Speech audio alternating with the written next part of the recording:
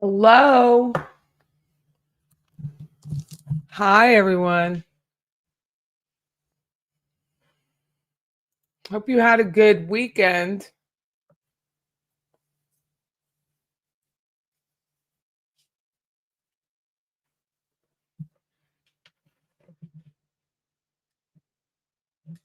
I'm reading your comments. There's a lot of comments to start with. I just want to say hi, everybody. I may not be, well, let's just put it this way. I'm not going to say hi to everyone individually because there's a lot to talk about tonight.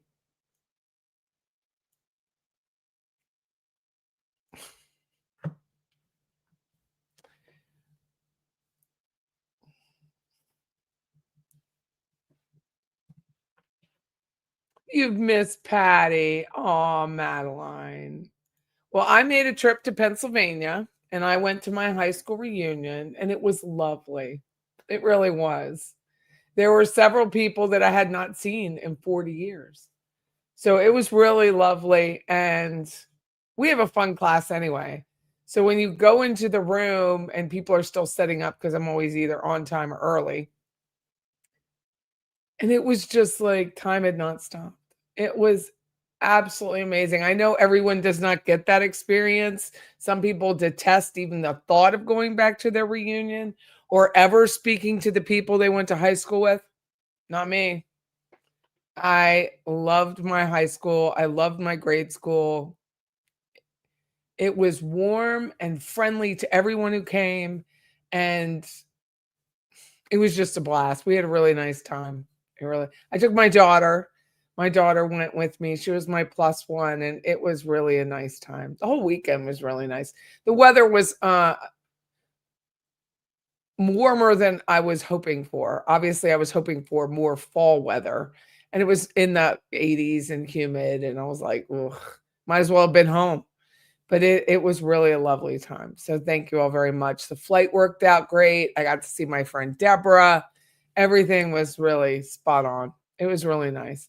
So if you don't go to your family or your high school reunion, I'm sad for you because we just had a blast. So it was literally as if no time had stopped. And I don't know. I know a lot of people don't get that, but I'm blessed enough to. We had teachers there, and they're old, right? So they're in their late 70s, early 80s. I think Mr. Fry is like 90. He was my basketball coach. It was just so much fun. So it was great that they showed up. It was great that they attempted, and you know, it was just really nice. I went to my 50th high school reunion last week too. It was so fun. So my best friend that I hadn't seen since 1980. Yeah, I walked up to a girl, Marie Leidig is her name, Leidigh, and that's not her married name. That's her maiden name. And I hadn't seen her in 40 years. But she looks exactly the same. She teaches in Williamsport, Pennsylvania. She's a theater teacher. And so when I was leaving, I went up to her and I was like, I'll see you in 40. But she's just the sweetest. She was the sweetest then, and she's still sweet. And there were just so many, right? There's just so many, but she was one that I was really happy to see because it had been so long. A lot of them I've seen. We've actually been doing one, a smaller one, like every 2 years, just because people are dying. We have, I think, 11 gone. And then one of our classmates has, and they're always doing fundraisers for him, has ALS. And so that's hard. They're doing a concert for him, a fundraiser in the next couple weeks. But yeah, it was a good class. I mean, I went to a very sports oriented, it's Catholic, very sports oriented school. I went to school with Ricky Waters, who is a Hall of Famer. I went to school actually. My nephew played. He played pro ball, and now he's a offensive coordinator at a university school.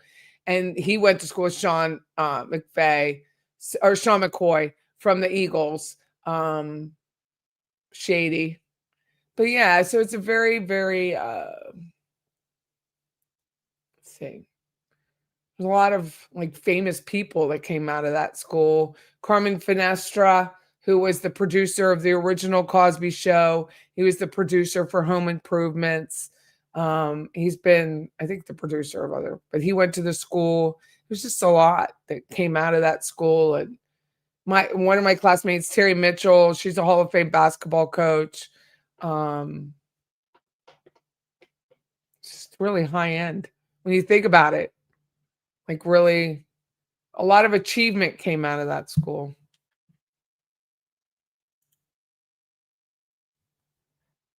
So it was fun.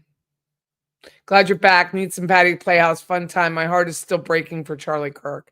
My heart is breaking. I mean, it is. I can't watch the video. Like I watched it once, but I just turned it off. I can't watch a video. I can't watch anyone being shot. Like it doesn't really matter who it is. Like you're watching someone die. And as much as like we talk about crime, it's just kind of cray.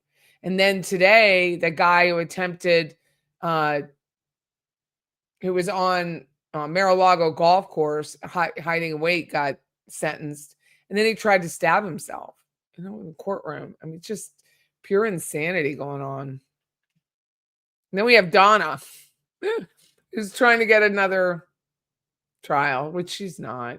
Then there's Brooks Houck and Joey Lawson.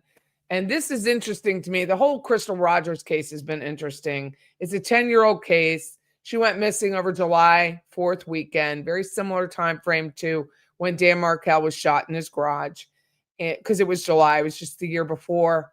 Went missing, trying to get the case moving, They brought in the FBI. Actually, the state attorney general brought in the FBI. Bring in the FBI. They listened into some of the phone calls. Brooks' house on the phone with Steve Lawson, who was one of his employees. It was a setup phone call. Steve Lawson was like, yeah, I was just asking, about a rental. No, you weren't, you dumbass. Anyway, Steve Lawson was convicted a few weeks ago and sentenced. And then just recently this week, Brooks Houck and Joey Lawson were sentenced. Brooks Houck, life, but with the opportunity for parole, which kind of sucks. And Joey Lawson is like 25 years. But what else is interesting in this case is Sherry Ballard, who is the mother of Crystal Rogers. Her husband had been shot while searching for Crystal Rogers. He was out hunting with his grandson. It was like 7 years old at the time. Pinpoint bullet just took him out while the child's standing there, right? The kid's next to him. So someone knew where he was. Someone named possibly Nicholas, possibly had to have known where they were going to be, right? Followed them, whatever it is. Found him in the woods. And I mean, it's like eagle eye point. It's a hard shot what happened.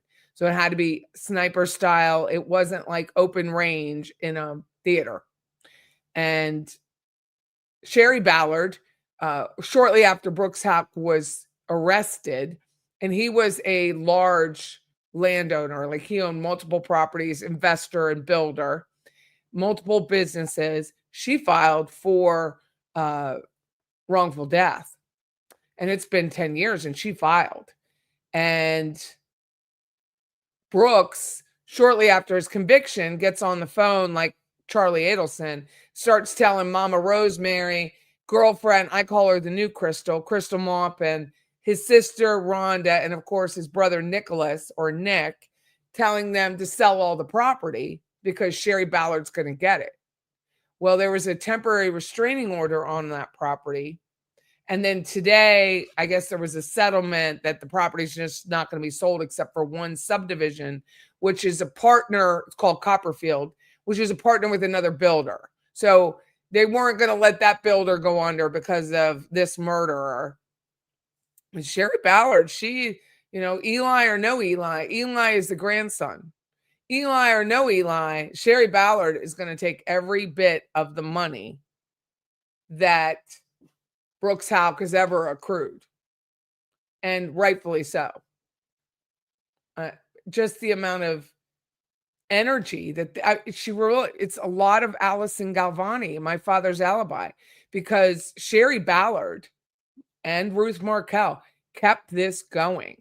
It was Shay McAllister, who was with WHAS out of Louisville, Kentucky, started the Bardstown podcast, which was a phenomenal podcast. If you ever want to listen to true crime and you just want something different, it's a great one. And Eli or not, Eli's just was his guardianship is gone to Rhonda Houck permanently. So Eli is like 13, I believe. And Eli had it. They took Eli's choice into account. Rosemary Houck Ballard, no relation. I mean, it's like real distant cousins to Sherry Ballard. Rosemary, Brooke's mother, who is a beast. She looks like a fullback. She withdrew her opportunity for custody because she was called a non-indicted co-conspirator, right? So that's what they labeled her. So she withdrew her opportunity for custody. Rhonda tried custody, Sherry, and then Sherry eventually withdrew when Eli chose Rhonda. And I was talking to a friend last night, and we were talking about the Adelson boys, and the Adelson boys really are McCall boys, right? So it's Lincoln and Ben. And where will they go when Wendi is arrested? We all believe she will be arrested. Where will they go? And I think the consensus at this point between the people who watch me and the people who watch others is probably George Estrada. And George Estrada is Wendi's current bedmate. And that's putting it politely. And because she's, a hoe. But for whatever reason, she appears to be in this relationship with the man the last couple of years.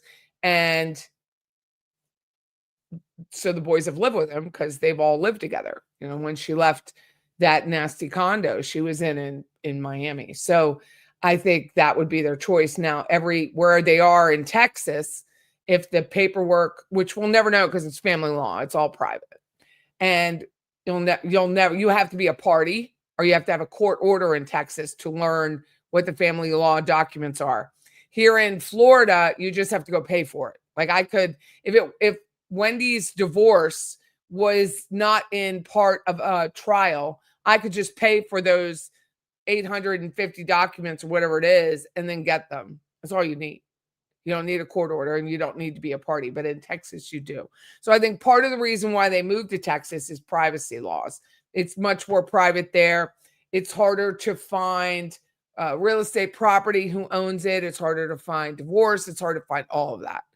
And Florida's an open state. So I think when they moved, and he was working for George, he was working for Amazon Web Services at the time. He has since left that job. And he has since removed his LinkedIn, which to me is a sign he knows. He knows that Wendi his family comes from a sloth of murderers, and she is in trouble. I mean, why else would you do it?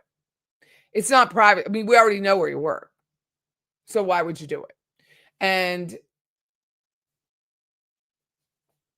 they're not married that I can find anywhere. People who live in Texas look in a variety of counties, so no one believes they're married.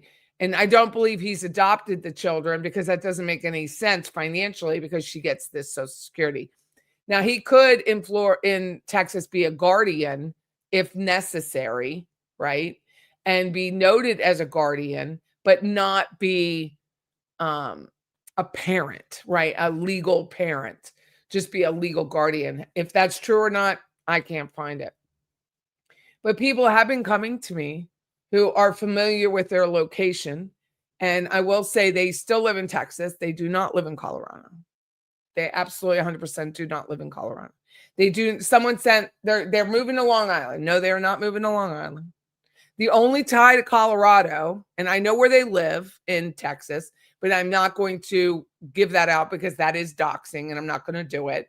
Somebody else does it, that's their problem, but I'm not. Because there are two boys, and I do respect the Markells. There are two boys involved, but they do live in Texas, and they do live not far from where they did live. And it's kind of easy to find out if you're good at searching. That's all I got. I just don't believe for 1 second that they've left. Like, I know where they live. And it's like I said, if you're good at searching social media, you can find it if you want to. They're renting, they're not buying. And part of that may be people like me who know how to look up where someone lives. But also, I know how to look up when people rent. It's not hard. Someone tried to say, well, you're looking up through the utilities and that's illegal. No, I'm not.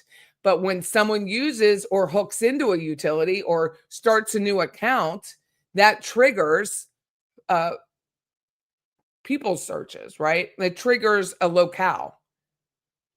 They're not in Canada, so it's easy to find where someone lives when they turn on the utilities of their property. Just is. I'm not logging in or hacking a utility company or using my real estate license to do so, as this person so aptly tried to accuse me of. I'm not licensed in Texas, so I'm not using a license anywhere in Texas for any reason. But I do know how to search social media and scrape it and figure out what's going on and use all sorts of like I told you, Aaron Rickards. Aaron Rickards, nobody told me Aaron Rickards' name. I figured out Aaron Rickards' name. I did so using Aaron Rickards' own words. No different than Wendi Adelson. When Wendi Adelson says something like, I changed the names socially, I know she's not changing names. She's not legally changing the name. She's just not. But when you say things like there's always a word, Aaron Rickards did it too. She used her dad's death. So I was able to go back and look in the obituaries from that time frame, knowing Elizabeth Emanuel, which again, her own words, was her father's funeral director. Bingo boingo, not so hard to find, right? It takes time, but it's not challenging. It's persistence. Same thing with Wendi Adelson. Wendy's changing names socially. She's not changing them legally. She said so right on the stand. It's the first time she ever said it. And then you've got Jackie Fulford who's going, is that still your name? And she said, yes. And I believed her. It is her name. But that doesn't mean you can't reverse names. It doesn't mean you can't say things like Jorge when your legal name is George.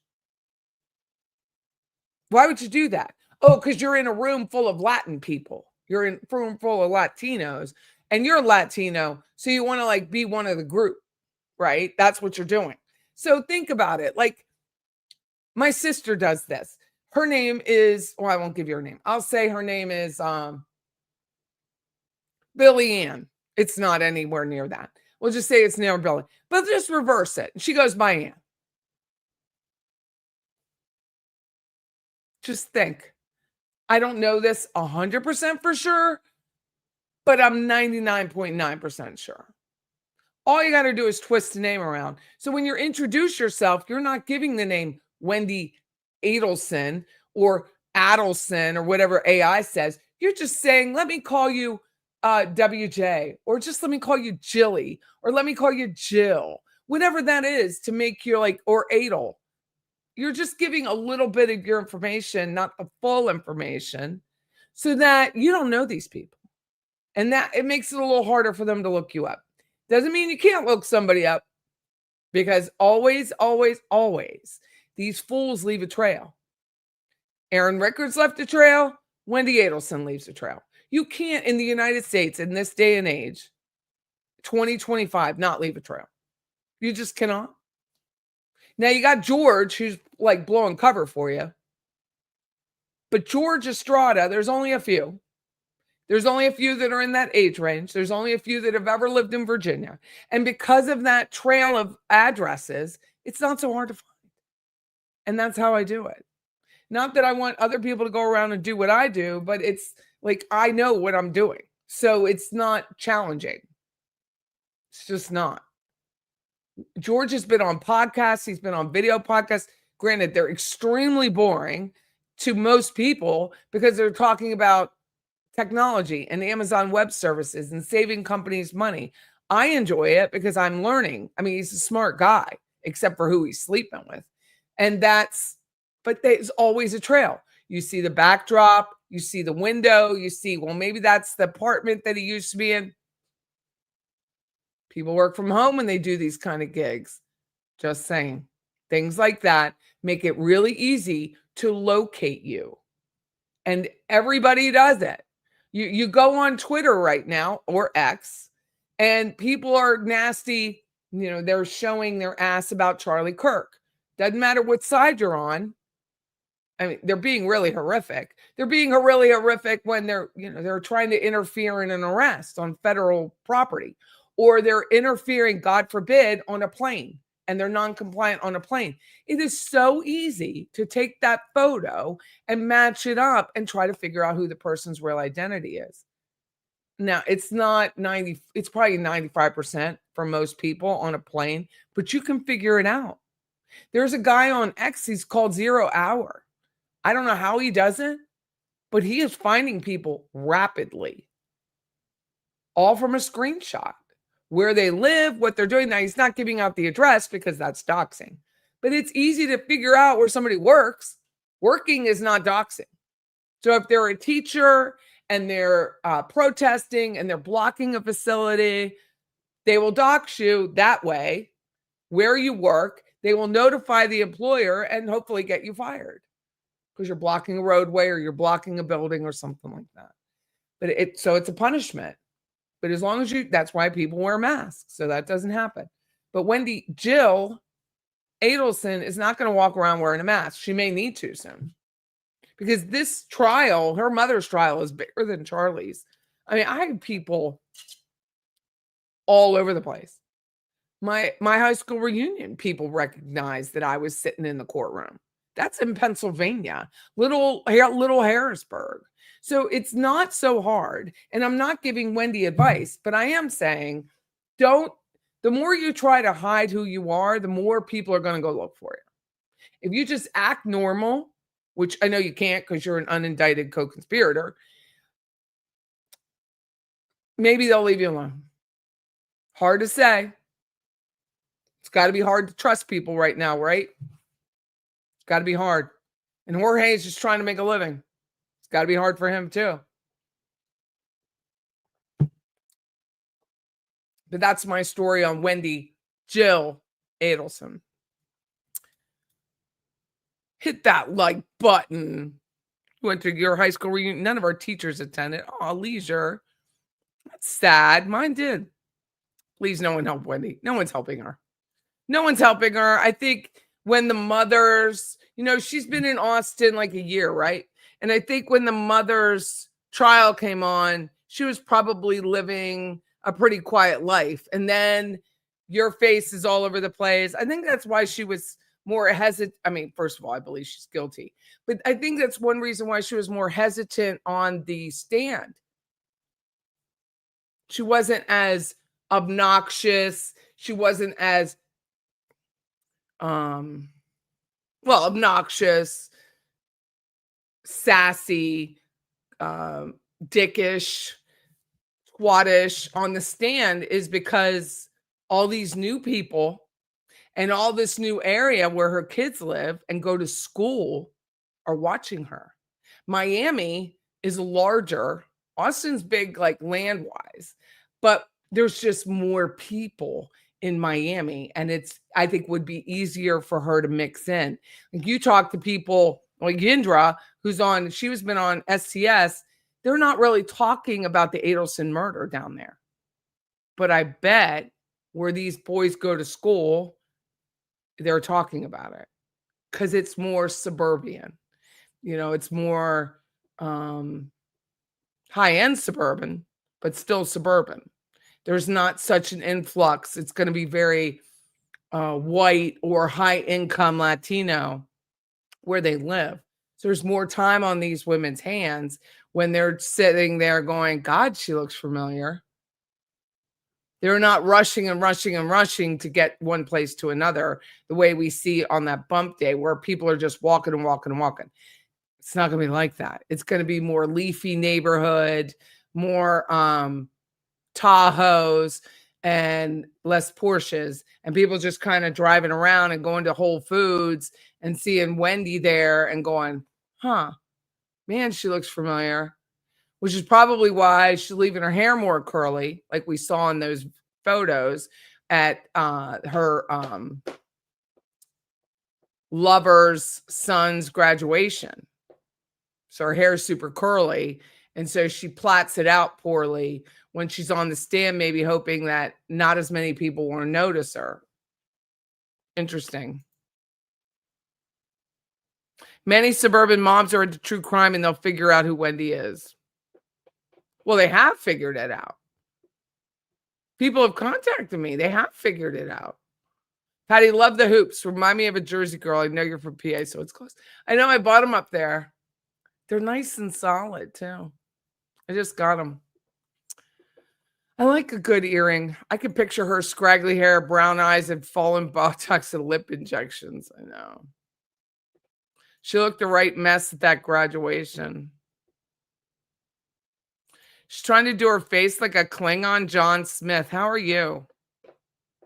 I know, right? Can you imagine the irony of calling your ex-husband an STD and meanwhile you're just bagging whatever guy you can get? No, it's not whatever guy, because she is like, she does make sure they have money. You know, she is making sure of that.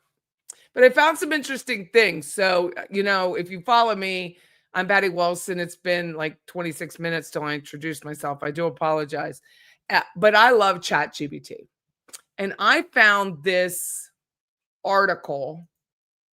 I don't know. It's a blog that Wendi wrote in 2011. And someone put it together. So let me share it with you. And then I put it through ChatGPT because I wanted to know, is this woman a psycho? So that's what I did. So it says, it wasn't supposed to be like this. It's 17. It shouldn't be the only day you get to play soccer is on Tuesday. Your day off from washing dishes in the restaurant, Chinese restaurant. You should have been playing soccer every day and going to school, which you love, to take more math classes, which you also love. You shouldn't have had to carry that heavy machete and spend your days and nights something you don't know anything about, working for your stepfather, clearing the brush by his tienda while he hits you instead of your mother and sister, because that is the bargain you worked out. You shouldn't have lost your little brother, 6 months old at the time, only 1 year younger than you, to your father's violence before you even got the chance to really know him. You shouldn't have had to walk and take the buses and trains to get from the north of Guatemala to the U.S. to escape a gang that wanted you to kill with them. You shouldn't have had to spend 3 months in a place for unaccompanied immigrant minors in Texas before they located your aunt and cousin in Tallahassee, but you did. You found me, and together we found a way to get you a green card so that the next time you find a job, it will be from an employer as to pay you a decent wage, and you could even go back to school or travel if you had the kind of money that you could make either or both happen. I can't replace your past, thick with violence, not enough soccer, but I can give you better options for the future. I am your immigration attorney. You are a shining example of kindness, perseverance, fidelity, and integrity. Thank you, Wendy Adelson, JD. So I thought, what would ChatGPT think of this? What would ChatGPT think? Because I think she's a psychopath, right? I mean, I think I'm pretty honest about what I believe she is. So I asked Chat, it's what I call it, is this well written? It says yes. It's well written, powerful, and moving. It says the strengths are emotional impact, a personal voice. I am your immigration attorney. There's a balance of pain and hope and a clear structure. The piece following a natural arc, past suffering, journal of survival, support, future hope, and affirmation. Areas of refinement, which are fix it. Length and pacing. Because of the repetition, some sentences run long and could overwhelm the reader. Clarity. Some clauses feel tangled. Clearing the brush by his shop, taking the blows yourself instead of your mother. That was the bargain you struck, was what they're saying it should have said. Repetition, the closing. Verdict, it's compelling. I said, what is the personality type of the person writing? The person writing this comes across as someone with a strong advocate protector, an INFJ or an ENFJ. INFJ means introverted, intuitive, feeling, and judgmental. I am an INTJ, means I'm a thinker, I'm not a feeler. ENFJ is extroverted. So then it's like empathy and advocacy, moral conviction, blah, blah, blah. The advocate is the empathy, moral clarity. Same thing. The protagonist is the E. I said, what if I told you she was a murderer, conspiracy to commit murder? Does that change it? It said, yes. The revelation changes the way we interpret the personality behind the writing. At face value, the passage radiates empathy, which is why I felt INFJ or ENFJ like. But if the person who wrote it was later convicted of conspiracy to commit murder, it adds a layer of cognitive dissonance. How can someone write so compassionately yet participate in something so destructive? Possible explanations. Masking. This to me is so Wendi JILL Adelson. Masking image crafting. Some people deliberately write or speak in ways that build a persona of compassion and integrity while hiding darker motives. In psychology, this can align with traits or narcissism or sociopathy, using language to appear virtuous while manipulating your perception. Compartmentalization. It's possible she genuinely felt protective toward the client, but also lived a double life where she was rationalized or minimized violent actions. People can compartmentalize, showing authentic empathy in one sphere and destructive choices in another. Idealism versus reality.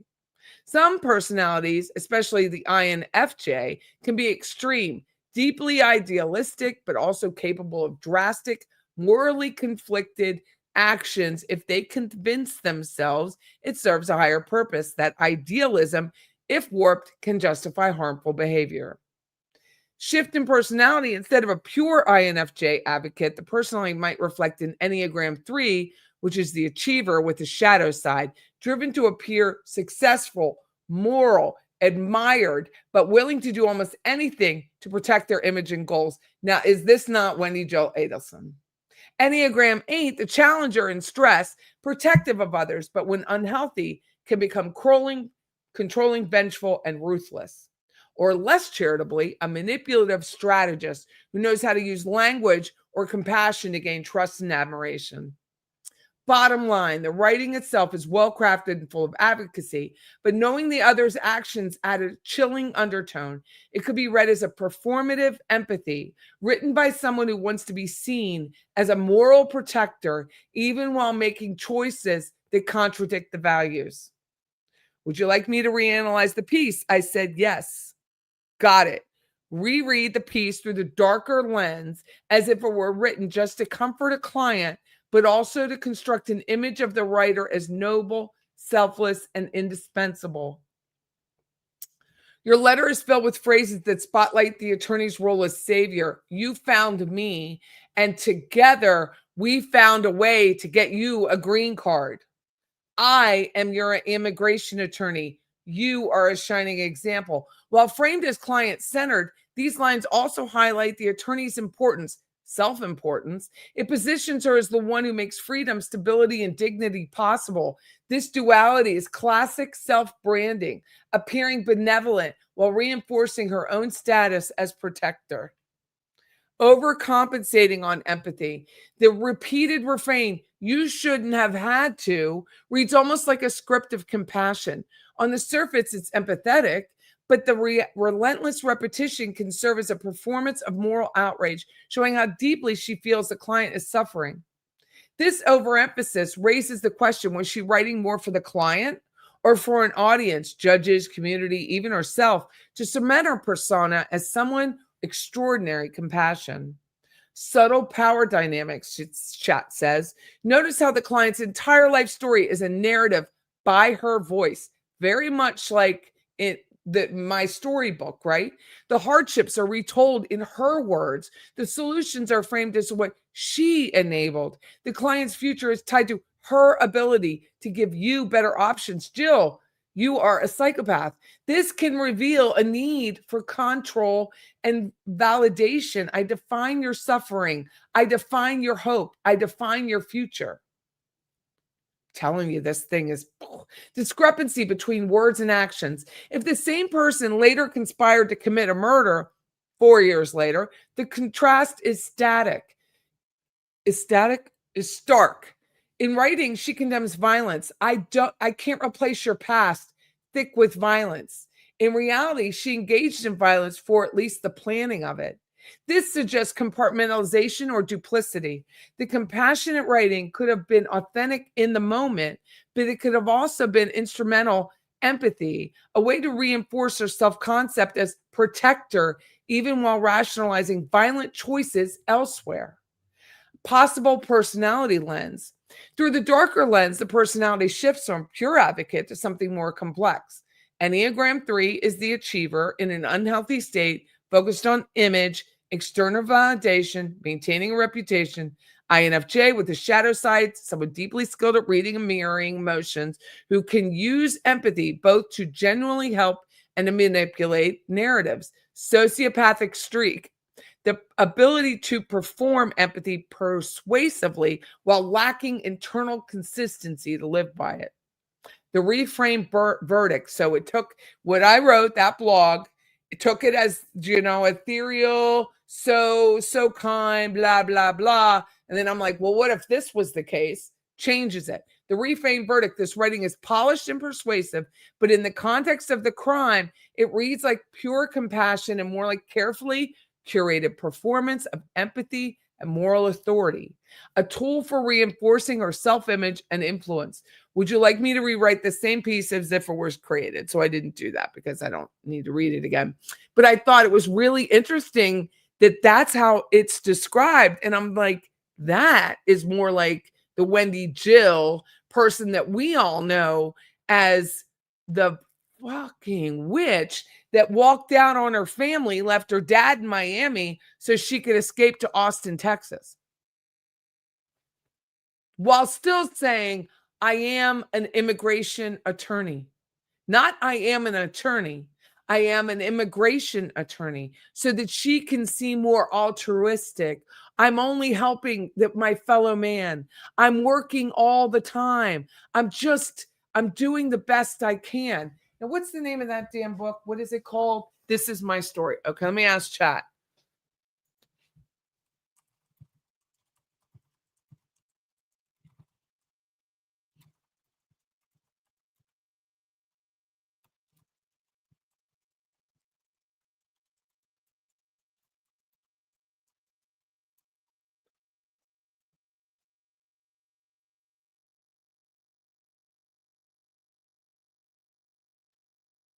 Same voice, same purpose, confessional style, the rhythm you shouldn't have, mirrors memoir writing, where the author lays out a narrative of hardship, injustice, and survival. There's a moral arc. Memoirs often use an arc to leave the reader inspired. Self-positioning, the writer suddenly centers themselves as a guide, protector, and moral witness. In a memoir, that becomes, this is my story, my trials, my integrity in the face of struggle.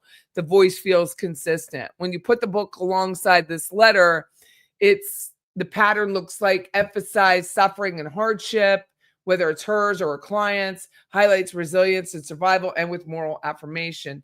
The formula creates a halo effect. It frames the writer as not only someone who endured or witnessed suffering, but as someone who interprets it for others with wisdom and compassion.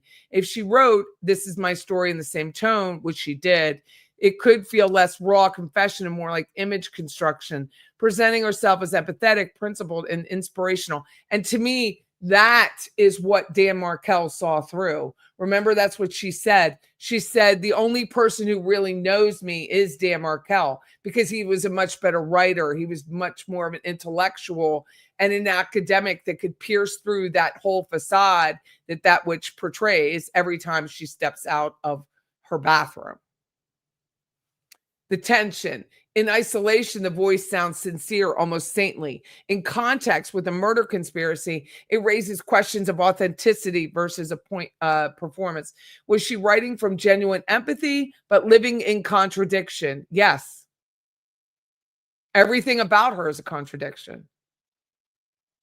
The way she treated her brothers, the way one brother was treated over another, even through adulthood, how that was treated. Was she writing from genuine empathy, but living in contradiction? Or is the book, like the letter, part of a lifelong habit of curating that identity? And I don't know her as a mother. I don't know her as anything but a co-conspirator to a murder of her ex-husband. But look at the parenting style, bringing our mother up from freaking Miami every 5 minutes because she wanted to go to a movie.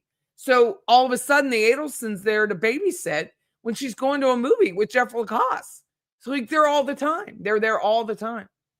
So being a parent was really hard for her. She couldn't really handle it. But her persona was that of a mother, which she talks about changing the name. She had to protect her children. Meanwhile, you go to where the pain is, dumbass. You go to the pain. You didn't stay where it was safe. You went to the pain. The pain came from Miami and your mother. Convicted murderer. So I thought it was really fascinating. The voice in both the letter and likely in This Is My Story is consistent, compassionate, moralizing, image conscious, inspirational. But in light of her criminal actions, the same voice can also be read as performative virtue. And you go back to that photo that we all saw when she's with George at Baylor graduation, and she's the only one in the blue glasses. It's me, me, me, me, me, center, center, center. I'm here. This is our family. But look at me, me, me, me, me. But don't look at me because I'm a co-conspirator to a murder, right? That doesn't make any sense. But she cannot help herself. She's no different than Charlie in that respect. It's me, me, me, me, me. I was listening. I wasn't watching that. As I was, where was I? I was driving down to Clearwater, Thursday something. And I was listening to STS, and they had Ryan Fitzpatrick and Yinder on, and then this other guy that I can't remember his name. I'm sorry. And Ryan Fitzpatrick was talking about Charlie and his vehicles. And he said, yeah, he had a Ferrari or whatever, or a Lamborghini or something, but it was a piece of shit. Like it wasn't a nice one. He goes, but I've never had a Ferrari, so all of them are nice, but this one really was a piece of junk. Like the limo, the whole thing was like a 1978 Lincoln Mark IV is what I think he said. He was joking about it, but it's the same idea. It's me, me, me, me, me, me, me. Wherever he was, Yindra said he made sure everyone knew he had money. And Wendi is subtle, but not different. She's doing the same thing in the photo for this guy who should have been center stage for his graduation, right? He graduated. She didn't graduate. She is center stage in that photo, not him. Fascinating. But that's ChatGPT for you. So if you use it, there's a free version. I use the paid version. So you get more asks, you get more prompts. But you start off small and then you build on it, build on it, build on it. And it's like, it's great. But I think it's really I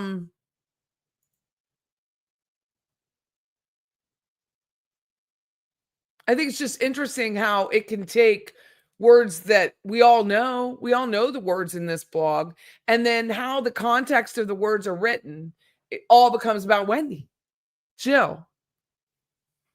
Hi, Patty. Thank you for doing a live. I think Wendi had Donna visit so often to make more drama to her marriage with Dan. No, I think she's lazy. I mean, I hate to disagree with you. Drama, she was already involved in the drama, so I don't think she could really tell that there was not drama, but she's lazy. She wanted to be that wife. She wanted to be Mary Tyler Moore in Dick Van Dyke Show from the 60s. Or when is it, late 50s when that was on? I think it was 60s. That's what she wanted to be. She wanted to be the corporate wife, stay at home, have a nanny, driving around in Tahoe, wear yoga pants. That's what she wanted. She didn't get it, but that's what she wanted. Wendi has to be different from her Texas suburbia people view her. But she's more subtle to it. She's going to wear blue sunglasses and stand center row, while meanwhile, the poor guy who's graduated is off to the side.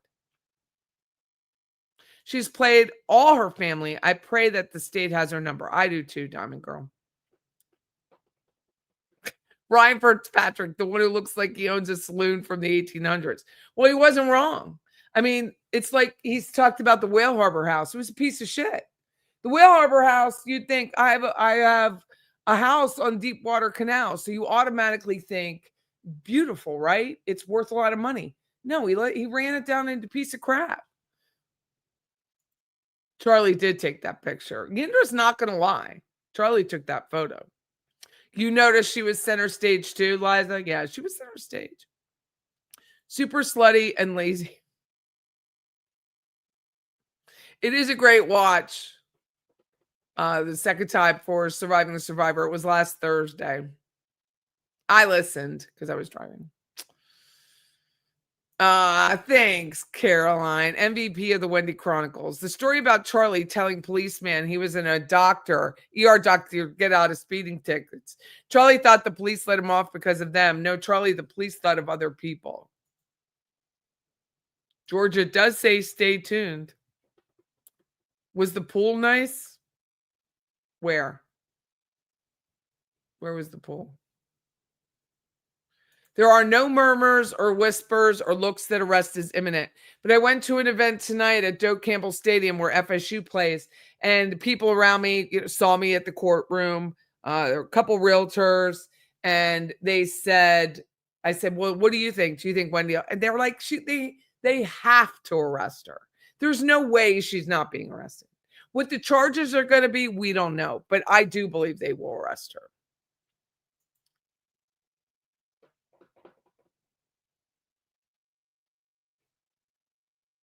Oh, the pool at Whale Harbor. I don't know. Looked nasty to me. But he is a piece of shit. I'm going to go back and listen. I was interrupted by a call. Hi, Myrna. Wendi worked 4 hours a week, but she's their savior, right? I mean, go back to this. I am your immigration attorney. What? We found a way to get you a green card.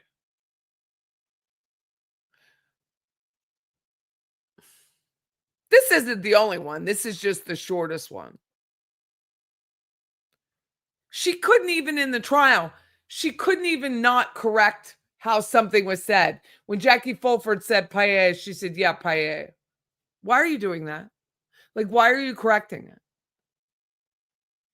Because you have to be the most important one, look good, be right. Even though he wasn't murdered in a vacuum, Jill. He was murdered in a house that you used to own. And then you're driving down the road, boop, boop, boop, because she has to be the center of attention. Boop, boop, boop. Oh, I only went as far as the road was blocked. Notice the words changed from the other three trials. I only went as far as the road was blocked, but I wasn't concerned about the roadblock. No, because you found your information and you took off because you're a psychopath. I feel so badly for the boys, but I got to tell you, and I've said it before, and I don't know anything on the down low or anything like that, but I really think Adelson Galvani is a rare bird. I was talking to the same person last night, and I said, how did Adelson Galvani, who is the daughter of a murderer, Pat Galvani, alleged, right? Alleged. They're trying to get him redone. And her mother, Nancy, who's murdered and thrown into the San Francisco Bay. How did she break free from him? Because so many don't. The Morphew children haven't broken free. Even the Chrisleys, like, it's not murder, but think about that. Ansley Williams, like, there's so many kids that stick by the parent. And I was curious, next time I talk to Adelson, I really want to ask her those questions. Like, what about that? Was it his rage? Was it Pat's rage growing up that was like, this isn't normal? So led you to believe he was involved in the murder of your mother? But some people don't even pay attention to that. Look at Richard Allen. I don't know how much his daughter believes now, but I know the wife can't imagine it that he's the murderer of those 2 teenage girls, even though convicted. It's just really, really weird. Even Murdaugh, his son showed up. More few children help Barry get bond. Barry is out on house release, living with an older. I mean, it's just unbelievable.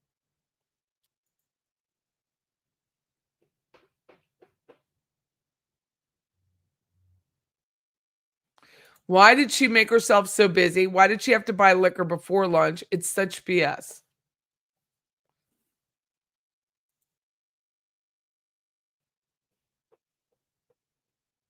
She's giving Jeff the credit for that. I just can't wait till Wendi is arrested and caught off guard, not being turned in by her lawyer. I want her arrested and penniless. That's what Yinder said. Yinder on STS said she has these dreams where Wendi, it's either early in the morning when she's in REM sleep or late at night when she's in REM sleep and she hasn't had time to do her hair and she's like hauled off, frog marched out of the house.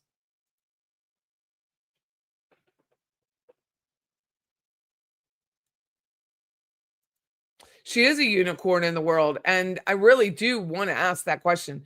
If anyone, I mean, you probably don't wanna tell me if your parent's a criminal and you stuck by your parent, but if you didn't stick by your parent, I have questions because I just don't see the boys turning their back on her ever, no matter what happens. I just don't see it. It's too hard. I mean, it's your mom, and that's all you've known. It's really only 11 years, but it's the majority of their life, and I just don't see it happening. I could be wrong, as I say. To the cops didn't follow her, she would have freaked. She can't think on her feet. That's why she left when she saw the cops with the yellow tape. She had to tell the detective that she was a Trescott because a police officer eyeballed her and she knew it. We can only imagine how hard Dan's life was with her. Mm-mm-mm. Wendi doesn't have to work. Yes, she does. Yes, she does. You know why? Because she's paying John Lauro $1,200 an hour. It ain't free. John Lauro is not free. The only thing I could think of, either she's paying him, Daddy Warbucks is paying him, or she signed over the rights to a story for him. Because why else would he still be sticking with us but playing on Amazon? Playing on his phone with like 108 font on his phone. So people in the back row can see. Come on. Make it make sense, dude. The reality show curse. If there is a God, she's getting arrested on Dan's birthday. So I went to that golf event last week. It was that Bishop's hole in one, right? This guy comes up to me. He's an attorney. I didn't know who he was. He knew who I was. And he was like, "Hey, Patty." And I was like, "Hey." It always throws me off. And he said he's an attorney. I asked him what kind. It wasn't in crime, it was corporate. And he said he watched it. He's upset. He said, "I am obsessed with the Adelson case. Watch you all the time." And I was like, "Thank you so much." I said, "Do you think she's getting arrested?" "Absolutely." And it's like I have not seen anyone hesitate going, I'm not sure. All we're not sure of is the time. We don't know the time, but we know it's happening. Wendy's decision to find Dan just occurred to her that morning. She immediately contacted 2 friends for a lunch date that she didn't intend on going to, making it look like she had plans. I think there's a connection between Wendi and Sergio Sigfredo. What's Dan's birthday? October 9th.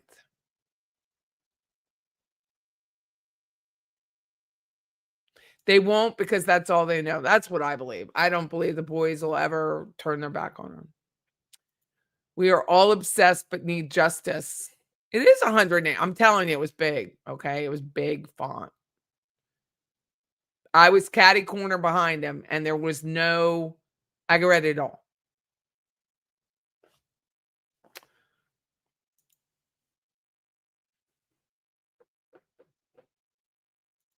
Tim Jansen doesn't think she will. Tim Jansen didn't think Donna would be arrested. Here we are. Ruth's birthday is October 2nd. Oh, good to know. What a bitch to live with. I know. If you've read Ruth's book, The Unveiling, and even listened to it on Audible, it talks about Ruth encouraging Dan to get help in the house because Wendy was so freaking miserable. That's what she suggested. She suggested that they get house help, like baby help, cleaning lady, something to help. Unfortunately, those boys have been raised by Donna and Wendy. They're Adelsons. She's $2 million. How hard has John Laura worked to prep Wendy? Like, well, let's just say it was a debate. Let's just say it was just a debate and it wasn't a murder trial. I would say she was prepped at a 2 on a scale of 0 to 10, 10 being the best debater in the world. She was not it. She was like a 2. Not confident, not prepared, not remembering what she said in 3 previous trials. I counted that day that we listened to her 32 lies, 32 changes from the previous trials. 32. That is not being prepped. I think a lot of it was her saying that she didn't watch herself. She read it. And that's her own undoing right there. Because reading it is flat, right? My nose is just about, I have to sneeze. Reading it is flat. It's not the same thing as watching yourself. I don't watch myself on YouTube because I would literally lose my mind.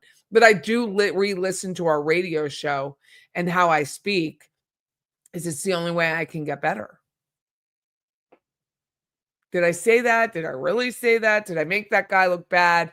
Did I make that interview look bad? Was that question a good question? I question it myself all the time. Wendy can't watch herself because she knows she's lying. I agree, Patty. I always like that when it starts off with that. I think Wendy was talking to Sig directly. I also believe Wendy changed it from a rough up to murder directly to Sig. I truly don't think Charlie thought they were going to kill him. I don't either. I said that during when we were reading the transcript of Charlie's The Jury. I do not believe that. I think he said rough up. Katie, I don't even know if it's Sigfredo. I think it was Katie. Katie took it upon herself. And if you go back and listen to her proffers, which I'm going to have ChatGPT on the transcript, take out all of the uhs and ums and you knows because it covers those proffers. Then you can read the context of what's going on and almost, oh, she couldn't have taken a deal because she would have had total what time. Whatever Katie says makes no sense because it's whatever she says is a lie. She's not telling the truth. And the truth is exactly, I believe, what Jake Cash said, is that she said, Charlie said rough up. It's still the commission of a felony. So the murder occurred. He's still a murderer. That's how it works in Florida. She took it as, I want him murdered. So she had him murdered. That's what I believe. It's like, what is bright and airy in real estate? If I ask something that's bright and or airy, what does that even mean? What is clean? Wendi JILL probably thought that condo was clean, but here I am pointing out how she stuffed clothes behind his pillows because she refused to clean her damn house before it's listed.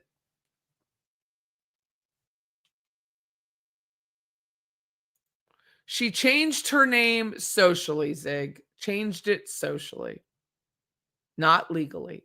She goes by a name that's convenient for her so that people don't know or didn't know who she was, but then they know who she was because she's not exactly. Why do you think Wendy has been arrested? Do you think it's politics? No. I've answered this. It's because they needed her to testify. Limited use immunity is what I saw on one YouTube is useless immunity. It's not real. Jibs think a lot of time I am a bit worried because he was taking on wires being unconstitutional. He's not totally wrong. To which I don't know what that's talking about.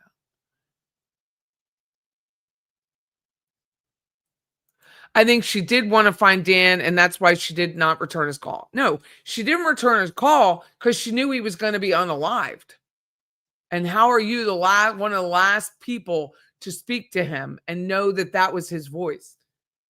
It's the same reason she didn't watch her own testimony. She cannot face what she's done. Reading the words is distant, right? If I'm reading this versus I'm acting this out, there's a distance in that. But if you're saying it on the stand, that's personal. Very different behaviors. So if you're just tuning in, I like to normally go and do like a romper room thing where I say hi to everybody and read everybody's name, but I really don't tonight. So I didn't. I called Jack Campbell and left him a message and told him he has to arrest Wendi. You can't see her cleaning. Well, she didn't. So she didn't. The only person worried should be Wendi. She should be. And Jorge, because he stepped up his life to protect her, and he can't. Jorge cannot protect Wendi. He cannot protect her. Imagine, I have a sleepless night knowing I'm getting on a plane. Imagine trying to sleep next to a woman every night, wondering if tomorrow she's going to be arrested. That's his own doing. I have no sympathy for him. Literally, nobody agrees about Charlie not knowing. I just do not think Charlie would have chanced his entire life on a murder that didn't impact him directly. I don't believe it either. I've never believed it. I believe that's why he was so shocked. I believed he really, watch his testimony, watch him during the trial. When he found out Wendi really drove to the house, he didn't know Wendi drove to the house. You had listened to the phone calls post-conviction. That's when he says, I didn't know. She couldn't help herself.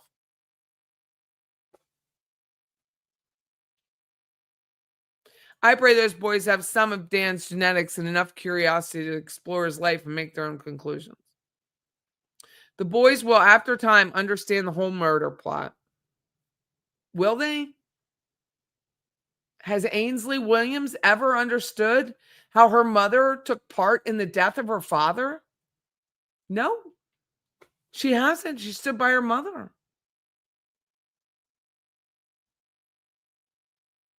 We believe that she will, or that the boys will, because we're not psychopaths.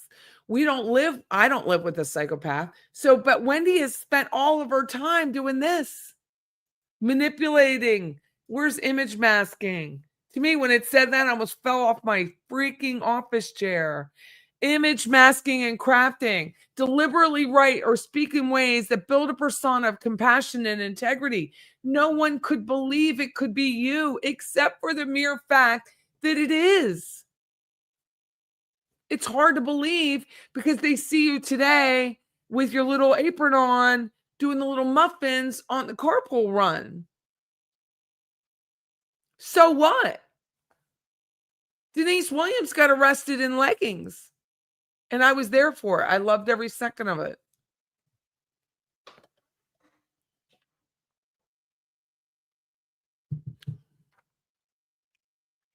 I truly believe Wendi thinks she won't be arrested. Yeah, because I don't believe that now. I would have said that post-Charlie trial, but not now. Not now that her mother's been arrested. I don't believe it. I believe the way she acted on the stand says the opposite of that.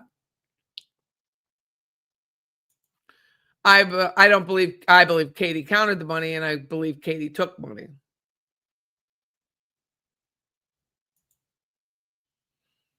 There's a lot of details we're not ever going to know, but one thing that I do believe that Wendi triggered her crazy family to do this. Everyone knows what role their family plays and what they will do.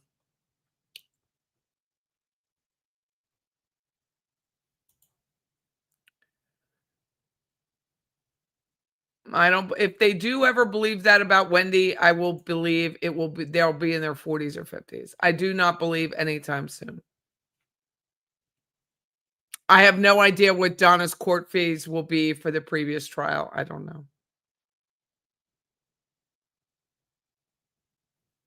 Patty, have you watched Mentor Lawyer? Kathy, you must not know me. I don't watch Mentor Lawyer. But thank you for the question. I don't watch them.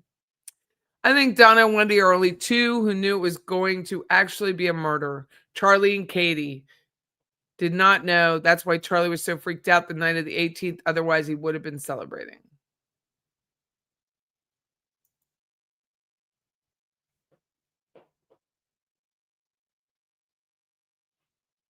I have a question. I heard the interview with Craig Isom. He said he tried to getting an interview with Donna. She was too busy, and that was that.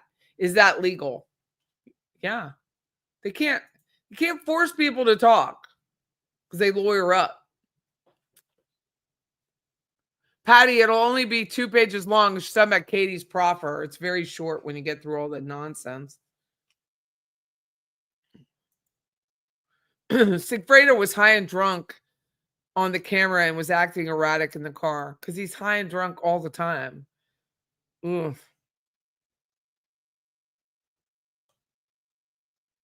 The only choice was the motion to be filed that day was end it. Fun was nice until it wasn't. I don't know what that means. I'm sorry. When did Charlie find out? During the trial. He says so talking to his mother. He found out during the trial that Wendi drove down Trescott. And he said to her, she could not help herself. Like he was stunned that she did it. Georgia was careful in her questioning because she knows what use immunity does. Go back to the dating sites. Last trial, you were on dating sites, and she mentions one, and she's like, Wendi, we have the download of your phone. And Wendi was firm to it, and Georgia moved on. Katie knew she had to convince Sigfredo. She had to tell Sigfredo how much money was involved to get Sigfredo on board with helping Wendi. You love romper rooms, so did I.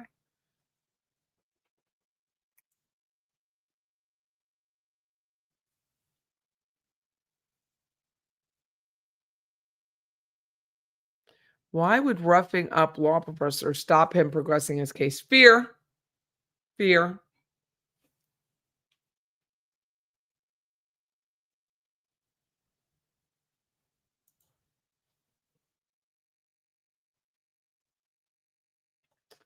She points out on the jail phone call, it appears like Wendi has been lying for years to Charlie and Donna about going anywhere near the house. So Charlie kind of found out at trial.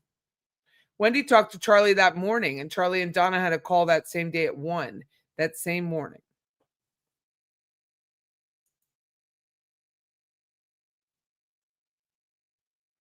Jorge better sleep with a frying pan.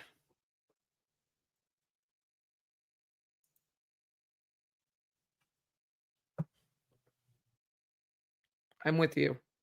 I'm with you, Jay. Go back to when I talk about those calls. That's exactly what I believe. Listening to Katie, I'm telling you that proffer, I'm going to get it out. I started working on it, but I'll ask chat to take all. It's so time consuming taking out all that filler word that Katie uses. And, oh, she knows more.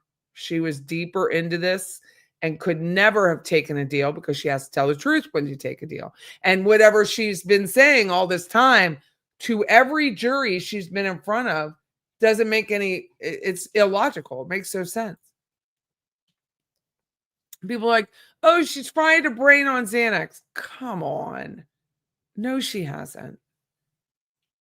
Isn't it strange the prosecutor's name is Georgia and her boyfriend's name is George?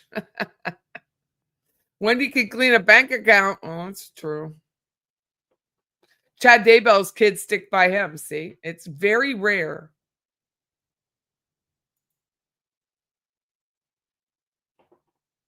You don't feel bad for emote.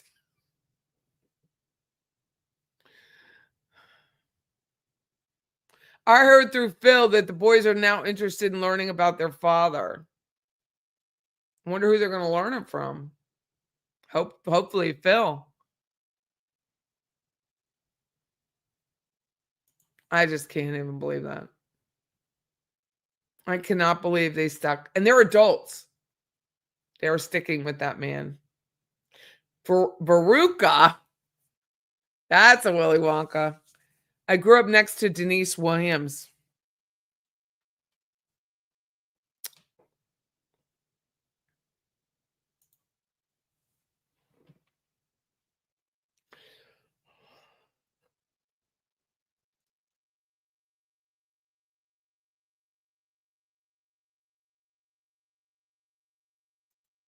For entertainment, I read the reviews of her book on Amazon. The only thing I'm interested in reading by Adelson is the confession of her ex-husband's murder. Thank you, Norma. I'm hoping that Sarah Boone's kid, when he's a legal adult, he'll stop talking to the alcoholic mother.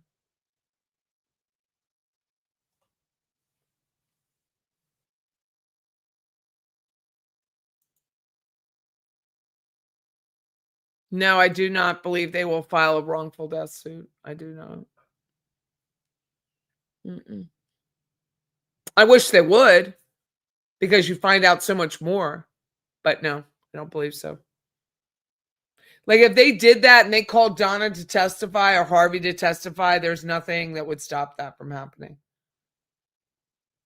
The bar is so much lower.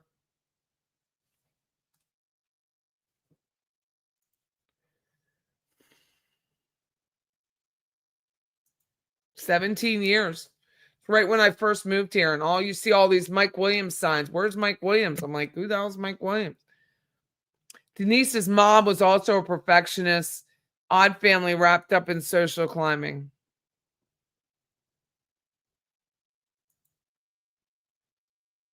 What if the news of her arrest crashes the internet? It won't. Prayers for Susan. I sent her a text last week asking if she could take visitors, but she just made a joke. So I don't know how she's doing this week. I haven't heard. Yeah, she said the state is not going to arrest me. Jake King says the state is going to arrest me. Thinking about what you said, that Katie escalated it to murder, but I wonder if it was more that Dan was submitting the financial fraud motion is more than to get the boys. Well, it's all on whatever happened on a burner phone, right? It didn't happen on Wendy's phone. So it had to be on the burner phone. We all kind of agree, right? Don't we all agree Wendy had burner phone? I do believe Luis Rivera saw Wendy. Wendy is the blog. I do believe Wendy had photos, so he knew who he was supposed to kill or shoot, in his preference, rob. I just don't believe that none of that is true.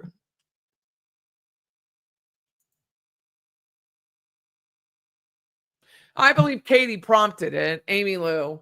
She says, I think it was originally supposed to be roughing up. Sigfredo, drunk and high, took it as further. I believe Katie hears roughing up.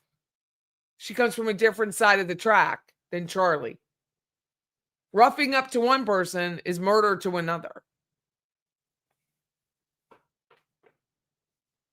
I mean, what makes a good mother? I mean, Wendy sat on the stand and said Donna was a good mom. Words can be used and misconstrued. No different than when I asked ChatGPT. I asked ChatGPT about Wendy's blog post, and it was like, oh, it's so like loving, blah, blah, blah. Change the context to indicted co-conspirator, and it's completely different response by ChatGPT to the same words. So I think they're down on Lincoln Road. Charlie's saying blah. Thug Life Katie is saying, oh my God, she wants him murdered. Yeah, I know somebody will murder him. Sure. Who says that? Who says that like right away? Did they ever download Katie and Sigfredo's cell? I've never heard anything about what's found on their cell phones. Yes, they did, but I don't know. Hello, Patty, and you bunch of whoopie pies. Very behind, so I guess a participant ribbon is in my future. So whoopie pies came from Pennsylvania too. Just me.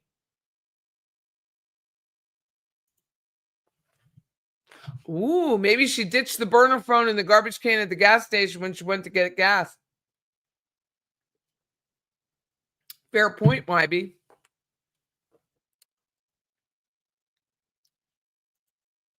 That's a nice job. Says I think the Markel boys will be fine. There's so much love out there for Professor Dan Markel and his family.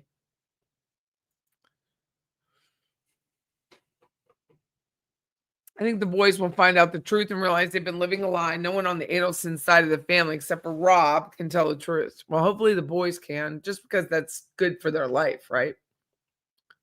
It's so much fun watching Charlie's face, Vivian Oliver, during his trial when Wendy is explaining being on Trescott. His facial expression holds nothing back. He's shocked.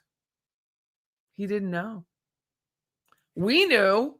The world knew from the other trials, but he never watched it. He didn't think he'd be arrested.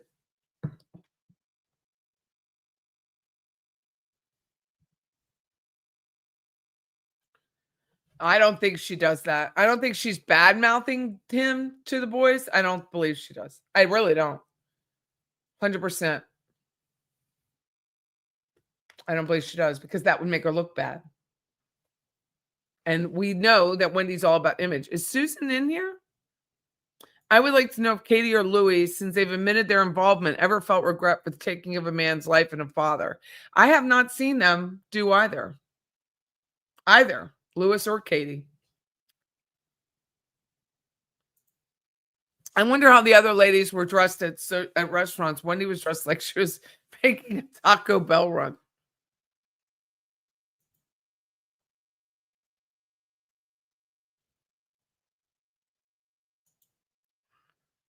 Wendy, Donna, Charlie, and Harvey planned every detail of the murder for a year, down to how they would manipulate everyone around them.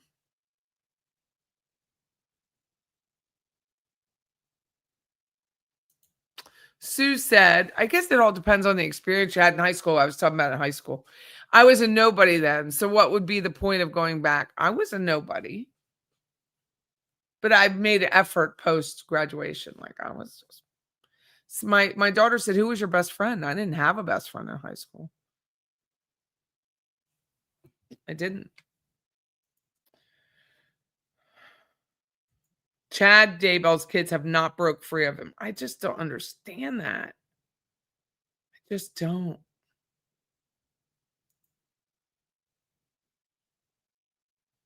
I just don't get it. How you can hang out with a murderer. I don't. Roughing up wouldn't do anything, but Charlie didn't know that. Donna and Wendy knew, and that's why they were the ones who escalated it. Or Harvey. I don't know. Wendy cannot be prepped. She's a liar and a psychopath and a narcissist. Well, she does say she stopped to get gas. Whether she kept the receipt, the gas station may not have printed the receipt. It's hard to say. She never says.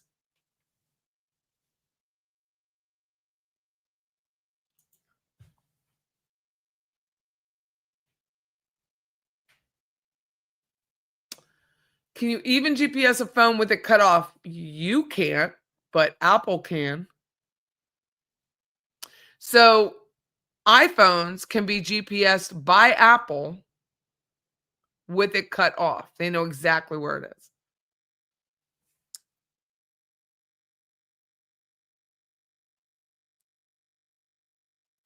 I never thought about it. Charlie makes sense. Well, I'm so happy I'm helping.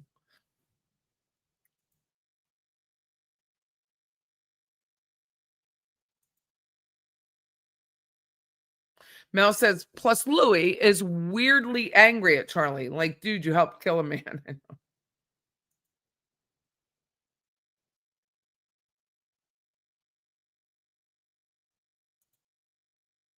Wendy knew. She knew in June. She knew in July. She wanted life, full-time custody, and leave Tallahassee legally. Her $70,000 from estate and keep her license. Charlie is the Temu version of Elijah Woods.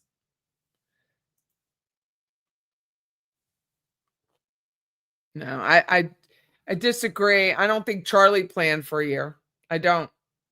I never have. I mean, I just don't. I don't believe that Charlie might have pressured because of mom, but I don't believe. I believe there were side relationships. Now, Yindra said in that STS that she didn't believe that Wendy and Katie were friends. I don't believe Wendy and Katie were friends, but I do believe that there were conversations between Wendy and Katie. I do. If you believe that there weren't, there's no way. Why would you be this close to someone on a beach you don't know? And remember, Wendy was the center.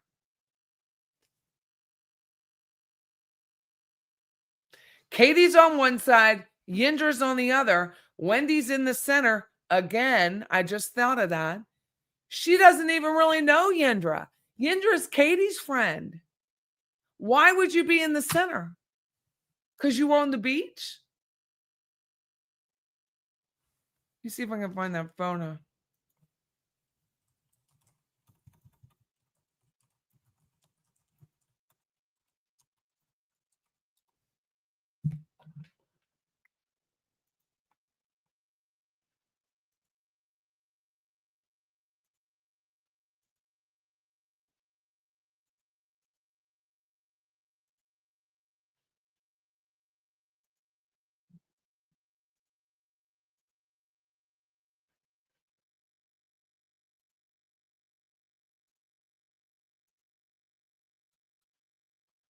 Look at her.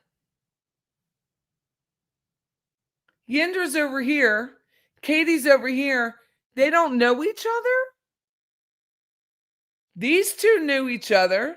These two didn't know each other.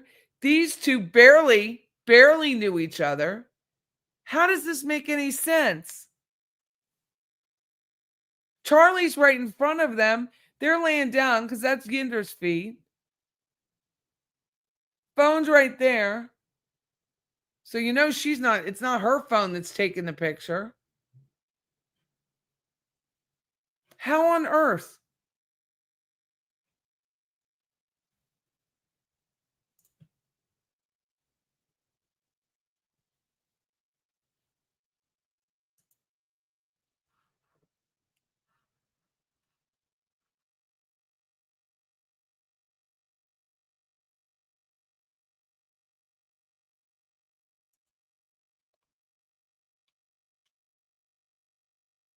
Always the center of attention. Always in. I don't believe Yindra heard anything, but I do. And then Yindra had to leave. That's a credit card. That's a big credit card.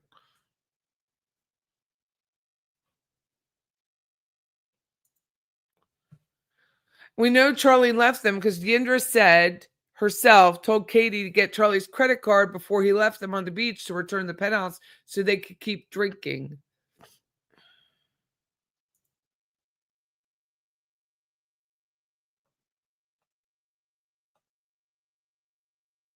So all I'm saying is you don't sit like this. I would never sit like that. First of all, I would never be like that.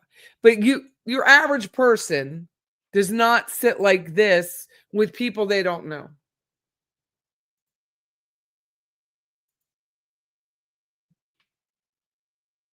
And Yindra left early. So that's all. Like she leaves, she's out, she goes away. And then these two are still drinking. And then Wendy says, I was there for 1 hour. Not I was there about an hour or for a couple hours. I was there for 1 hour. How do you know you were only there for 1 hour? Very specific.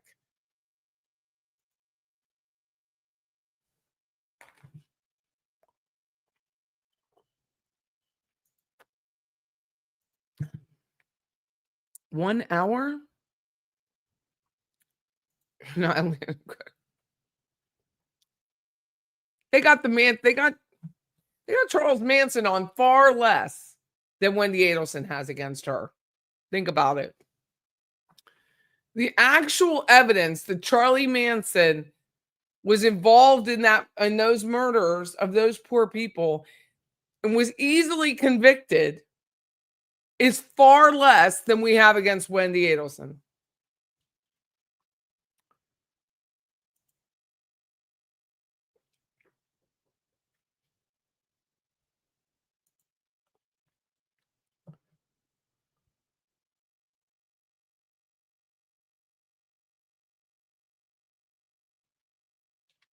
Right?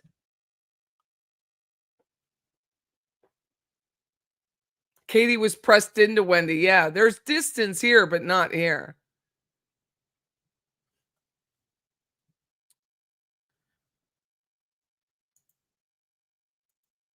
Well, it is I mean, I've thought about this for a long time.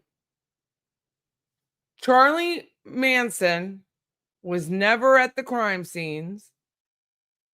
He was never drove to it. Complete psycho.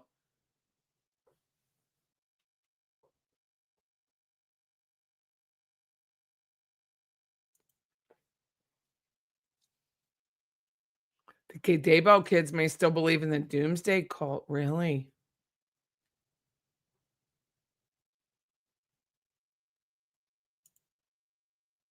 When a group up on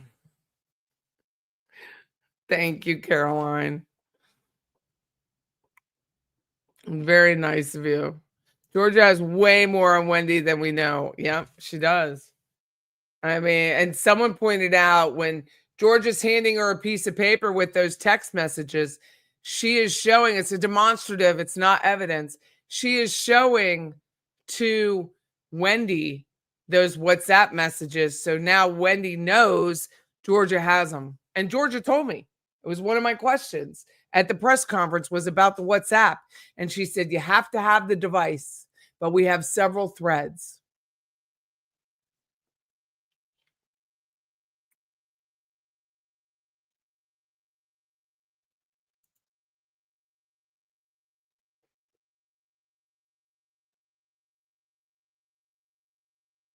But I think when you go back to what is this? Like she had all that time to get her groove on with Jeffrey Lacoste. This whole thing right here is Wendi JILL's entire life is fake. Her entire life is fake. Empathy, moral conviction, that's just how she portrays herself to other people. That's not her. But when you portray yourself as empathetic and high moral standards, it's hard for people around you that don't realize you're a psychopath to believe you're a psychopath because you're really good at it because you spent 47 years portraying yourself as high moral integrity. I wanted to be a giraffe. I wanted to be like, lady, you're insane, right? You're insane.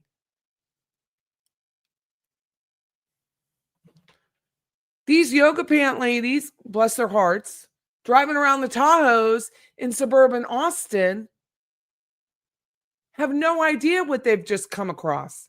Literally, probably. That's what she said. They have no idea who they've just met.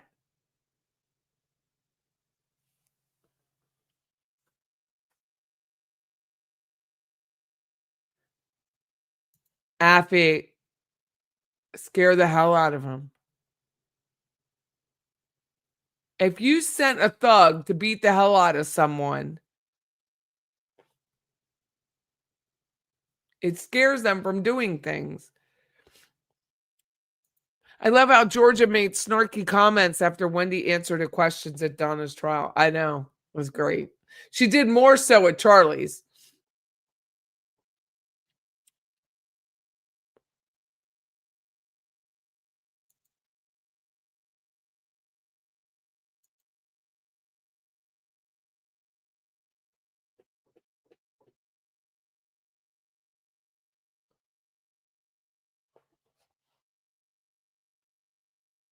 Georgia must have gotten evidence off Charlie, Katie, Sigfredo, and Wendy's cell that we don't know about. Yeah, absolutely. I believe there's lots not revealed. I believe those cell phones tell a lot. And I believe John Lauro tried to coach Wendi through testimony, but she's just so bad at it. Because telling the truth when you're not trying to share some incredible imaginative story for a psychopath is really hard. She tried that the first couple times. She can't do it anymore. There's too much evidence sitting out there. So that's why she's stumbling and mumbling on her words. Craig Isom is retired. He is not part of this investigation. Wendi always complains on how Dan treated her, but how did he treat her? She's the one who married him without being in love. Yeah, that's true.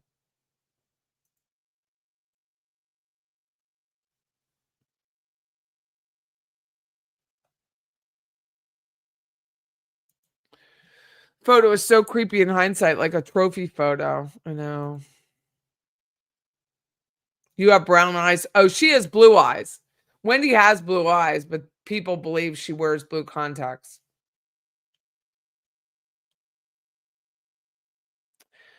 Lewis talked about before they left Siggy, told them they were going up there to kill him, and Lewis just wanted to rob the money people. Right. He didn't want to have to kill anybody.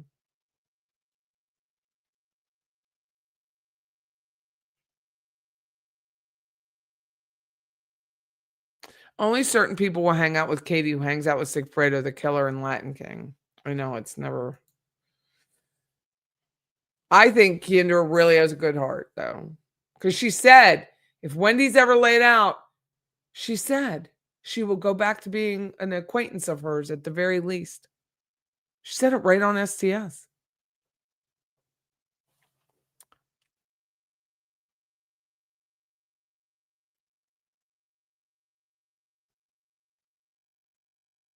The milkman must have had blue eyes. Huh?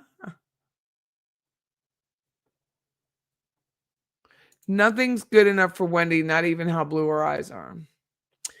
I have read Ruth Markel's latest podcast interview. I did read it.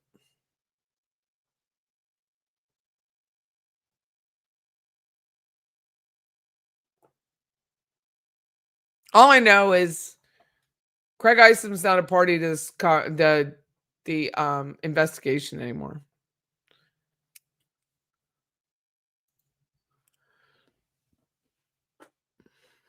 Yep, said she misses Katie's kids, which why couldn't she see Katie's kids? They're not.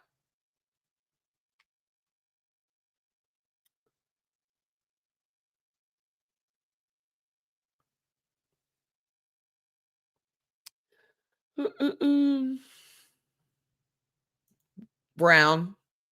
Harvey's eyes are like his soul.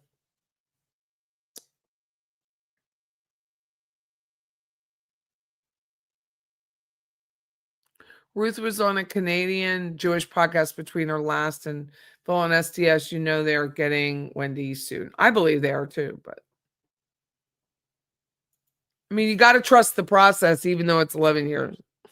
You got to trust the process.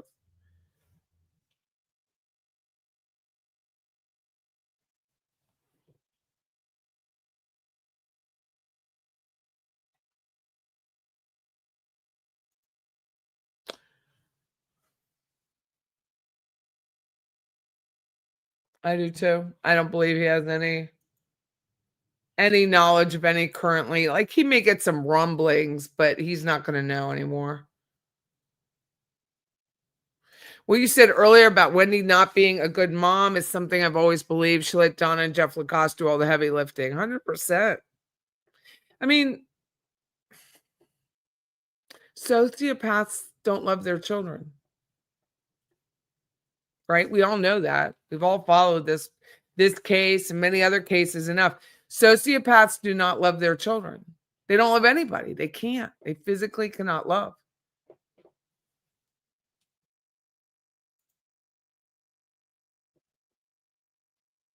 It was disgusting. It really bothered me. Charlie eating.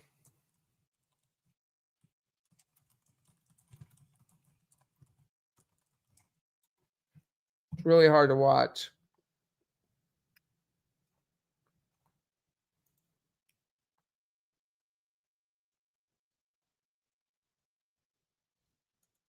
Let me see.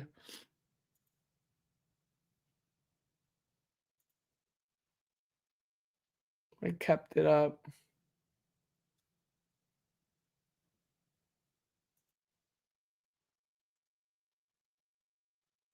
That Baylor graduation, I think I put it in a file again before I went to bed. But that whole thing was like, you are the center of attention.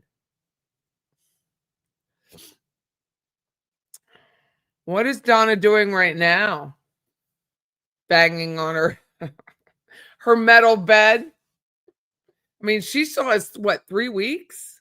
3 weeks until her case management.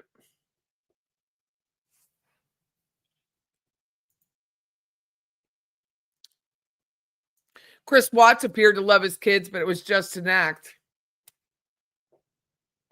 Absolutely horrible. Eating off the van floor. Narcissistic sociopaths can't love, not even their own children. They will use their children like they do everyone else.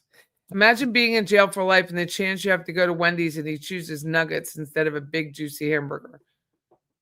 He had a $5 meal bag, so he had the burger and the nuggets. Little bird, according to new info, Donna was crying off and on and loudly complaining about Judge. Oh, blah, blah, blah, blah.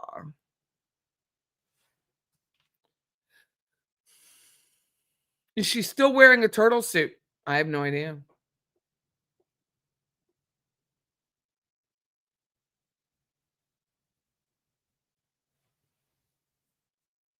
How can Chris Watts be able to put his victims? I know. No. She's playing spoons on her tuna commissary.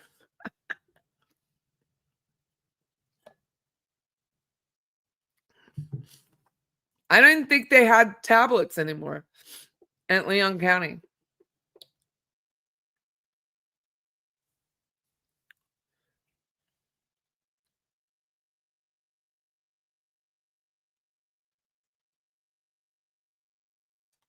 I didn't think she had a little bit on. I didn't think so.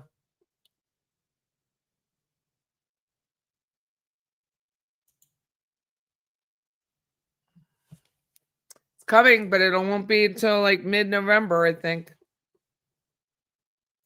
She is not being sentenced on October 15th, 14th. So they do what's a case management. So it's a hearing talking about the results of her report. So they do like a report that says, did she have priors, blah, blah, blah. So that they're trying to get a lower sentence number on charges 2 and 3.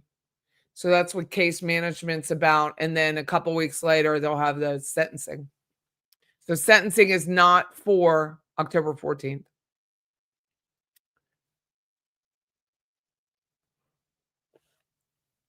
Guard report said she was yelling on her tablet. I didn't think they had them, but whatever.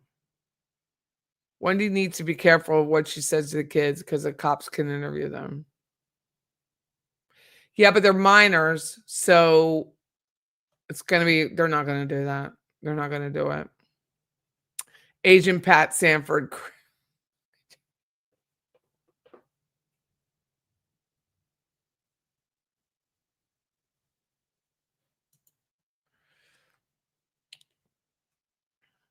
Hi, Wesley. How are you?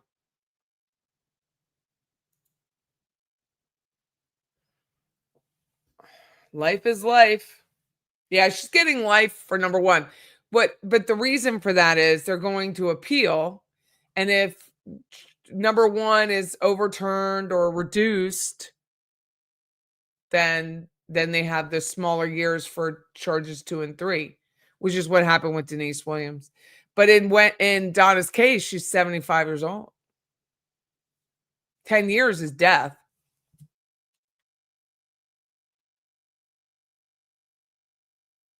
How can her attorneys already appeal?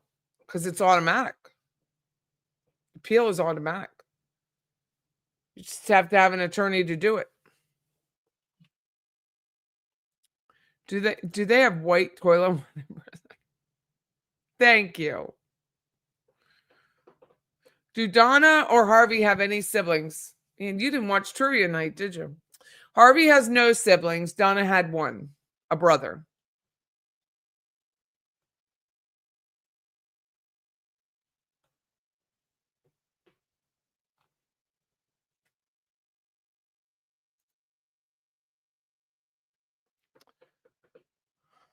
It's difficult to overcome indoctrination. Those boys have likely been indoctrinated.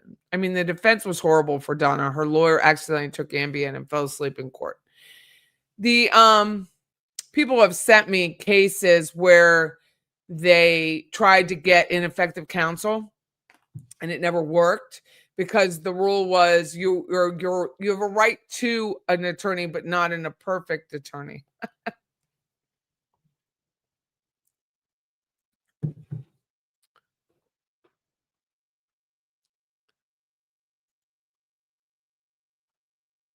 My favorite prayer of eyes are Robert, but pray he will be happier someday. The kids could testify against their mother. Of course they could.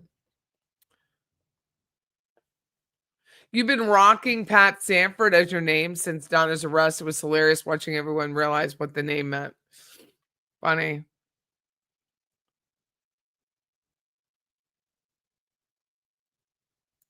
You didn't go to Oktoberfest. It's your namesake. Busy with remodel, but went to New Orleans and had a great time. Well, look at you. Glad you had fun.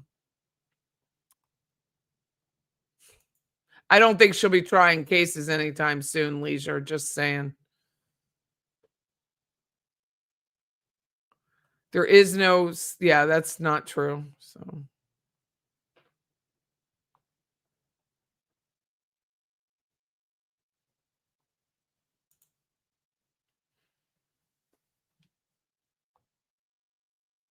Her attorneys did better than Scott thought, but the bar was low. Well, I thought they did far worse than Dan Rashbaum, and the bar is low. Your lover is glad you're back home.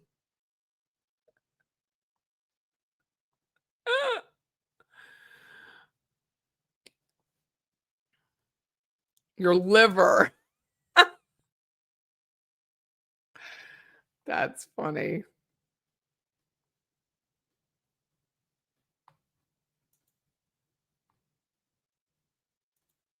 Did you notice the warmth in Donna's face when she looked at Jill? Yeah, it was weird. She was like,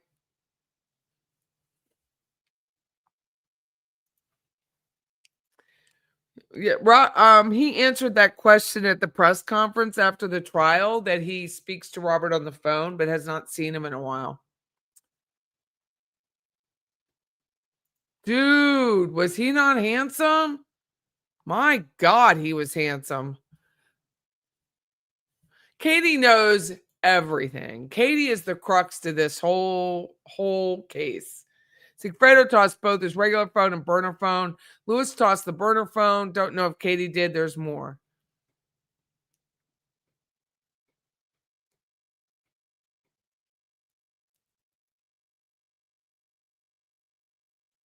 Wendy's boyfriend now. Why so many different names? Well, what I see is his legal name is George, and he uses Jorge when it's socially convenient.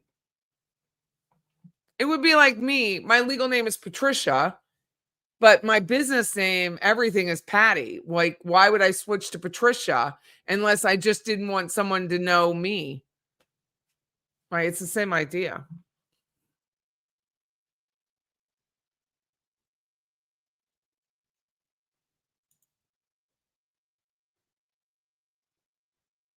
It's Donna's version of a smile. Yeah, he's not new to that, is he, Anna? He's not new to it. Should have been a hit to Donna when Wendy wouldn't look over at her. They blocked the view. You're Catherine for business, but Katie for life. See what I mean? Like, but I'm Patty for everything. Like my family, my mother would call me Pat, which I despised. But my dad would call me Patricia. I'll be like, but everyone calls me Patty. But if I went to a new town, like let's say I moved, I might use Patricia socially.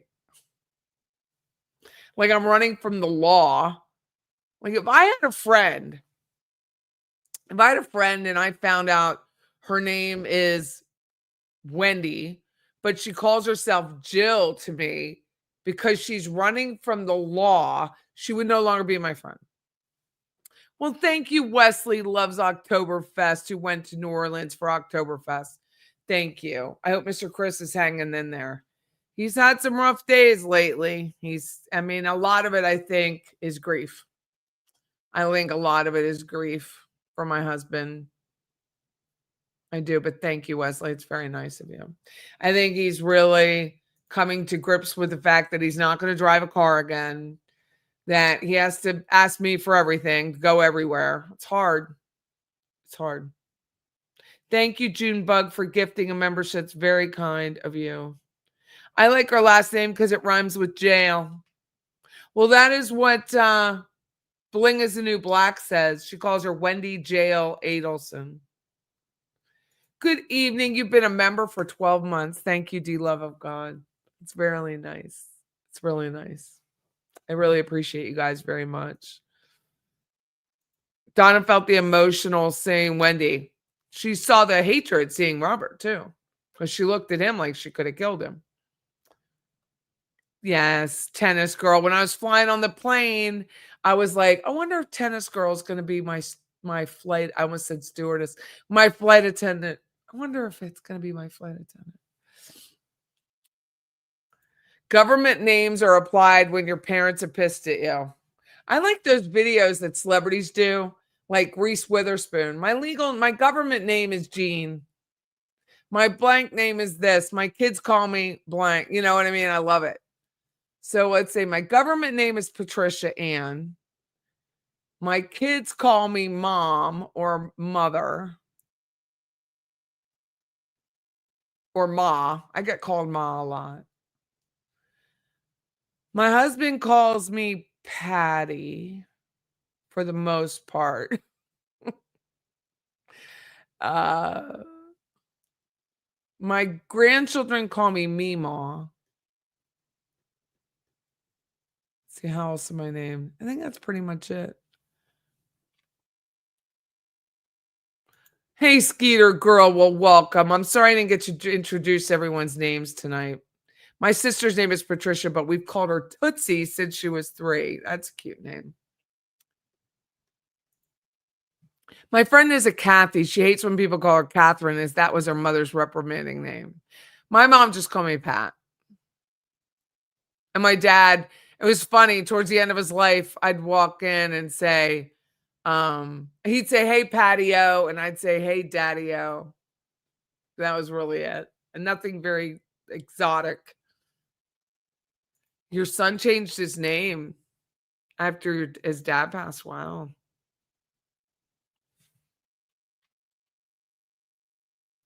Everyone calls you something different. Well, I call my daughter, well, she doesn't like me to say her name on here, so I won't say it. I almost said it, but I didn't. Well, thank you. With all that is going on in her life, she's strong. Thank you. I try to look good. It makes me feel better. I'm still losing weight. I am still losing weight. You can tell. Chin up. I think I'm like 28 pounds down. God, if I could lose another 10, I have to tell you. Self-patting. We'll talk about me. So one of the big purposes of me losing weight and going on tirzepatide, which is the generic of Mounjaro or Wegovy, is fitting on a plane. And I'm going on a long trip, and it's a long plane ride, and you're fat and you don't want to be on a plane and you're stuck, right? You just feel fat. If you've never felt fat, it's hard to imagine. So I had decided back in June that I was going to go start taking the shot so that I could fit on the plane. So I'm not necessarily at my goal weight, but I'm not leaving till November. So it is what it is. So I get on the plane, whoop, whoop, that belt goes immediately around. No sucking it in, no pinching my side, nothing. It fit. The belt fit. I fit in the seat. I wasn't overlapping someone else's thigh, which nobody wants that, especially someone like me. It fit. I had clearance. Clearance, people. Now, I'm always in an exit row or on the end anyway, but I had clearance. I just want you to know. It works. You may not want to pay for the shot. You may not want the shot. You may be afraid of side effects. No mas. I take it. I'm not afraid. And it works. And I had clearance in my gut. And I was able to wear a airplane seat belt without sucking it in. God, it's the worst. It's so embarrassing. So thank you. 888 friends, please like and subscribe. Please, Debbie Gibby, thank you for pointing that out. Yeah, she tried to have her son roughed up. That was Donna Adelson.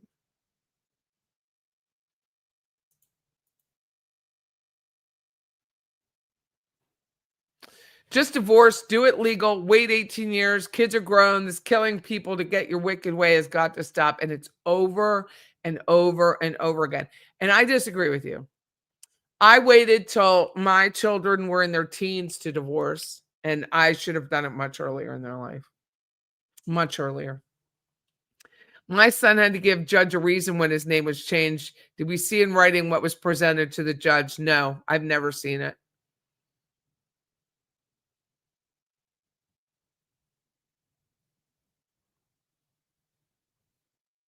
Burners are so 2014. Self-care. But I'm telling you, it is it was a different traveling experience for me. Being able to put that seatbelt on comfortably. What's your clearance, Clarence? I don't know, but this was amazing. I sat there and I was like, huh, I am fitting in a seat. Eating licorice, because that's my travel chew. Eating licorice, sitting in a seat.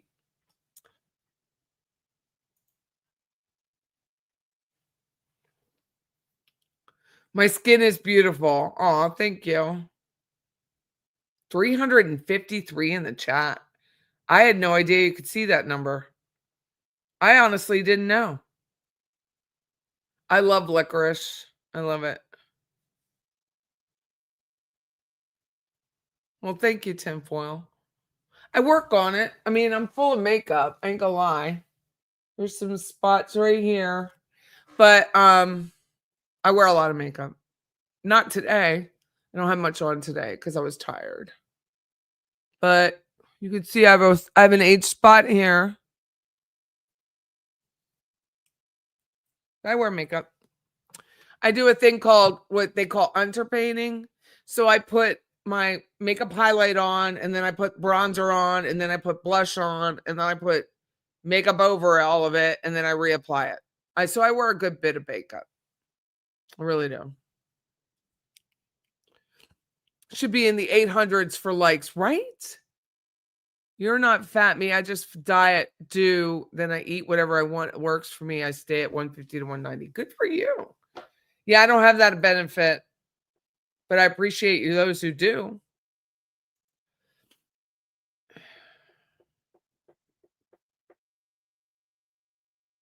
Donna trying to have Rob off from jail. Imagine from his perspective on the stand, knowing that.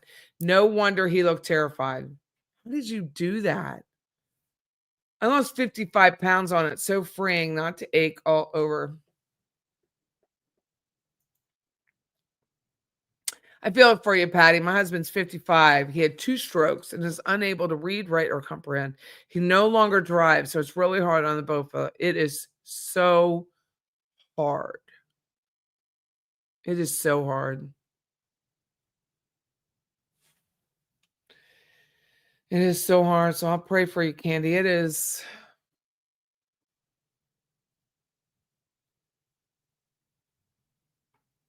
It's really hard. It's hard to watch. It's hard to understand. It's hard to comprehend when someone says that they believe that they said something and you know they didn't say it or do it or act like they did it. It's very hard. Florida's very lenient in family court considering New York, where kids get emancipated only at 21. What's the point of being emancipated at 21? Chocolate licorice when you were a kid. So Hershey makes Twizzlers, and Twizzler makes chocolate licorice, and that is delicious. Had Dan survived, the lawyer said he could have made a legal case to take the kids away. You remember Wendy said it would be a game changer. Yeah, it would. She was shocked he was still alive. Makeup is boring. Oh, I love makeup. I have so much fun putting it on. I love it.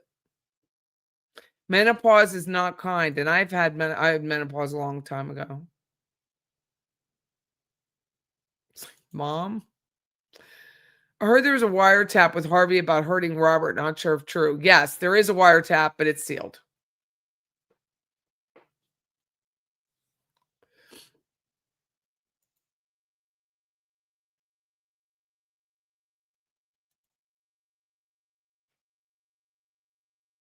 You expect Harvey to face charges. Don't. He's not. Don't. Oh, bless your heart. You lost 25 pounds. It can clip your toenails without huffing and puffing. People don't get it. Like, unless you're really fat, it's really hard to believe. It changes. But you got to remember, I think you got to keep remembering that when you go to eat.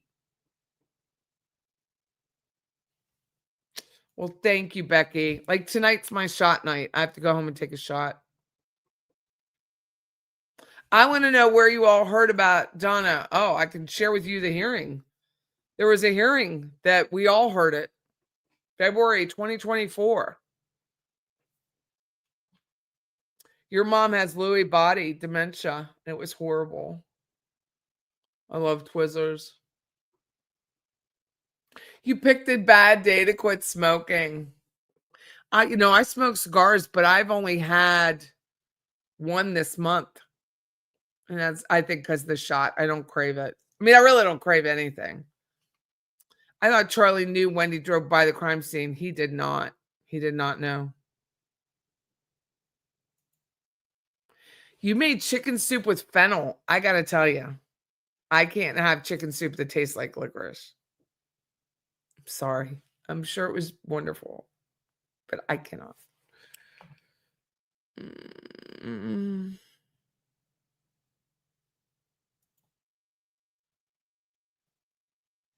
Is Sweet Susan in the Playhouse? I do not see her name. Someone else might say it. You're on the gut reduction plan, Patty. My posture has even changed with some weight loss. It does. You can stand without being in pain. Well, I'm going to go because I got to go to bed. I have a big day tomorrow. I'm super busy. I have videos to share with you. I'll be on tomorrow night late again, and we're going to share the videos.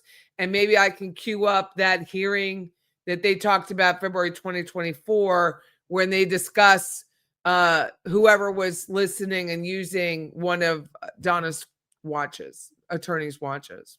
Take care, everyone. Have a great night. I really sorry I came here for true crime, not okay, well. Duly noted, Net Detective, but I'll still talk about what I want. Sorry, dear. Take care, everyone. Thank you so much. Bye-bye.